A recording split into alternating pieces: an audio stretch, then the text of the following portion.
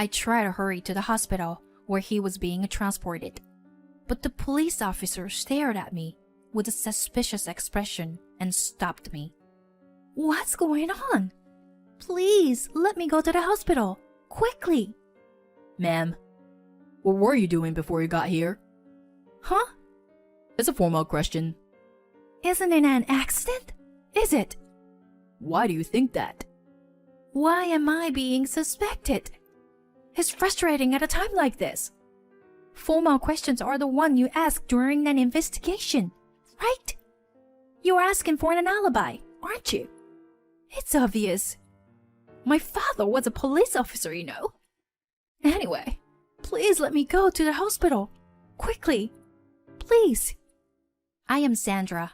I met my husband Kelvin through mutual friends. We've been married for 3 years now and have been blessed with a child, living happy days. We both work and we leave our son at a daycare, raising him together. I am very grateful to my husband. I believed that we would continue to live happily like this. But a year ago, while we built a new house, an unexpected trouble arose. The troublemaker was my mother-in-law. Our relationship had been such that we only met once every few months. To be honest, I thought we could visit her more often, but my husband didn't like that.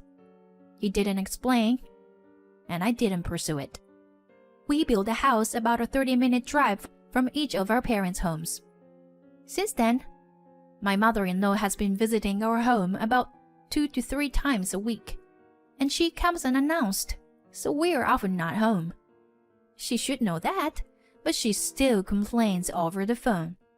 Hey, I went to your home today, but no one was there. You should be home when I come over. I can't take off whenever I want. You are a daughter-in-law. You should adjust to my schedule. And about my grandson, why does he have to go to daycare from such a young age? Our family has both parents working, so we've been relying on daycare since our child Kobe was 1 year old. My mother-in-law doesn't like that. If you quit your job, there won't be any problems. It's negligent parenting to send such a young child to daycare like that. Here she goes again. I really wish she would just leave us alone. I had no idea she would be so meddlesome in our family's affairs. We only met twice before, for the pre-wedding greetings and the wedding ceremony. At the time, my mother-in-law seemed to be wearing a mask. Now she is transformed into nothing but a nuisance. And this house? I don't know about it. There were better lots of land available if you were going to build a new house. Why didn't you consult with me at all? Huh? But Kelvin and I made the decision together. I'm Kelvin's mother. It's only natural for you to run things by me, right? Huh? I think it's normal to watch over, but controlling their children is wrong. But saying something like that only adds fuel to the fire. I just let my unknowing mother-in-law's words go in one ear and out the other. Sandra, are you listening to me? Her stories go on, so I occasionally put my smartphone on the desk and start preparing dinner or something. Once she's finished venting, she hangs up, so I just wait for that. The phone calls are really annoying, but I can just pretend to listen, so it's not that big of a deal. The biggest problem is that she comes over to our house when my husband isn't here. He has weekdays off and works on weekends. Knowing this, she still shows up to our house on Saturday mornings. Of course, if I were alone, I would definitely pretend not to be home. But my little son reacts whenever the intercom rings. Oh, Kobe, you were so cute like your daddy. As soon as she opens the door, my mother-in-law clung to her grandson. I'm told that I look like mommy. That's not true. Kobe, you have distinct features. This face belongs to your daddy. As my son says, people, other than my mother-in-law, say we are spitting images of each other. However, my mother-in-law doesn't want to admit it and denies it with all her might. Kobe, I have a souvenir for you today. I don't want it. Why not? Grandma chose it carefully, thinking that Kobe would be happy with it. Now, which one should we play with today? I don't think that souvenir, being something a 3-year-old would enjoy. Thank you. I appreciate it. However, but I think it's a bit too early for this. So I'll wait until he's a bit older to use it. The thing that my mother-in-law lined up on the table were workbook sets for math and foreign languages. They were too difficult for toddlers and were at the level of elementary school students.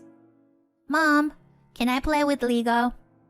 Of course you can, honey.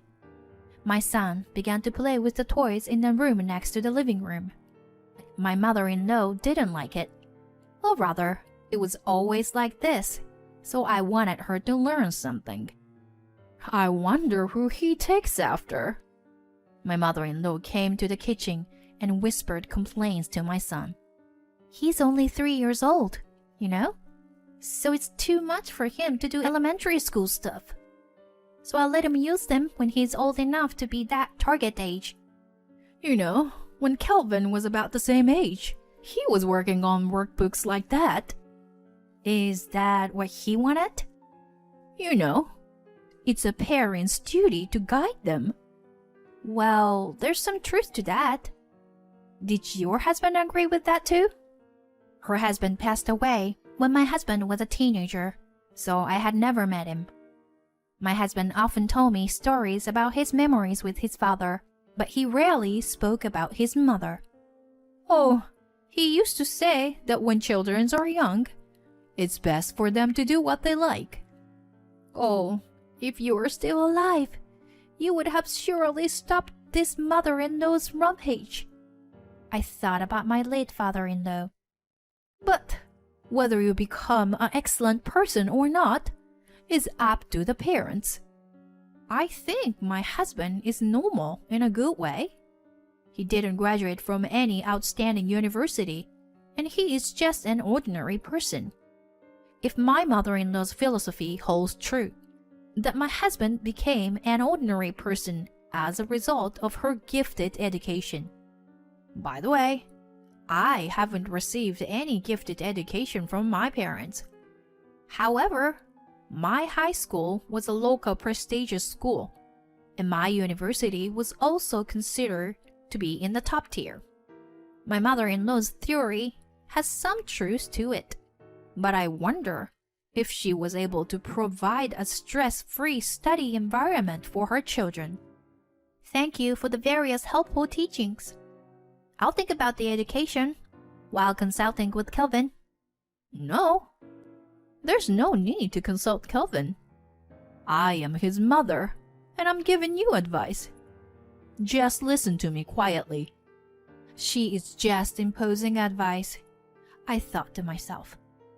Of course, I have already reported this to my husband. Every time, my husband stresses that his mother shouldn't come without an appointment and shouldn't come while he is not there. But she has no intention of listening to him. I had no way to avoid my mother-in-law, and I was starting to accumulate stress. Then, on one Friday, an astonishing fact was revealed. My son was not at home because he had a sleepover at a friend's house. When I returned home alone, I heard the sound of a TV from the living room. I cautiously opened the door to the living room and found someone lying on the sofa. What are you doing? Oh, you're back. You're late. Oh, where's Kobe? How did you get into the house? How? Sandra, please don't shout like that.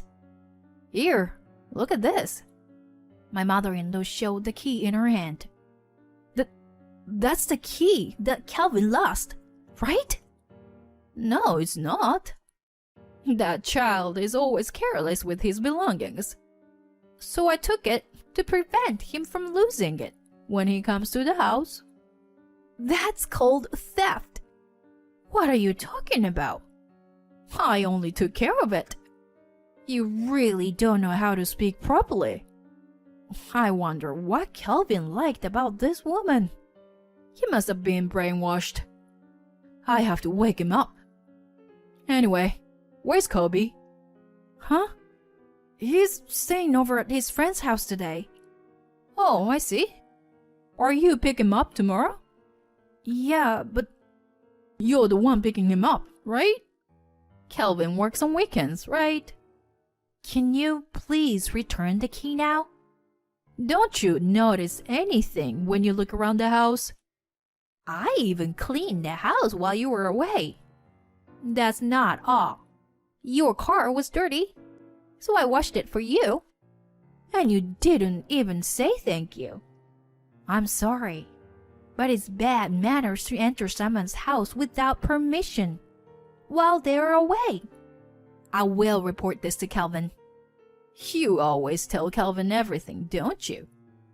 Because of that, he's always mad at me. You're such a useless wife who only causes trouble. Please return the key, quickly. I will return it without you telling me. You're such an annoying daughter-in-law. Goodbye. For my mother-in-law, she was surprisingly quiet and left easily today. I'm sure she did something wrong. I searched every corner of the house. Embarrassingly, I only clean with a vacuum cleaner once a day, so there was a slight buildup of dust in the corners. It seems like my mother-in-law hasn't cleaned. I wonder why. If nothing happened in the house, then what about the car? I checked every nook and cranny of the car, but there was no sign of anything having been done. What was she trying to do? At the time, I couldn't understand what her twisted ideology. And the next day, the incident occurred. That day, my husband took a half day off to pick up her son from a sleepover and got into the car. Our friend's house was only 5-minute drive away, but after 40 minutes, they hadn't returned. Did my son ask to go to the supermarket to buy snacks? But my husband is the type to keep in touch frequently if plans change. Did something happen? When I picked up my phone, I received a message from a mom friend saying that my husband still hadn't come to pick up our son. My heart was beating faster and faster. I asked her to take care of my son for a while, and I rode my bike to our friend's house. When I turned the corner, I saw a police car. The light on the wagon car's display board said accident. And my car, with the crashed front, was surrounded by police vehicles. I spoke to the police officer in a daze. When they realized that I was my husband's spouse, they told me his condition. He was not in critical condition, but he couldn't apply the brakes and crashed into a pile of reinforced steel, probably breaking his arms, legs, and face. I tried to hurry to the hospital where he was taken, but the police officer looked at me suspiciously and detained me. What's going on? Please let me go to the hospital, quickly. Ma'am, what were you doing before you got here? Huh? It's a formal question. Isn't it an accident, is it? Why do you think that? Why am I being suspected? It's frustrating at a time like this. Formal questions are the ones you ask during an investigation, right? You're asking for an alibi, aren't you? It's obvious. My father was a police officer, you know. Anyway, please let me go to the hospital quickly. Please. I couldn't hold back my tears. Why am I treating like this? Ma'am, we were certain that this is an incident. The police officers around were unsettled by the statement of the one officer, because one shouldn't say such things to a civilian, let alone someone who could potentially be a suspect. I understand how you feel, ma'am. Your husband is safe. I guarantee it. Ma'am, your husband was caught up in an incident. Do you have any idea who might have caused serious harm to your husband? The police officer led me into the crumpled car and shone a light on the back of the brake pedal. This... That's right. It's a plastic bottle. It is jammed in here. See? It is designed so that you can't see it unless you look closely. Not only that, but it's attached in a way that you won't notice it if you just press down on the pedal when starting the engine. It is clearly a malicious act.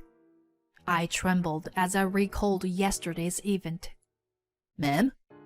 It's me. Huh? I was the one who was targeted. It's because I was supposed to pick up my son that my husband got caught up in the accident because of me. I can't believe it.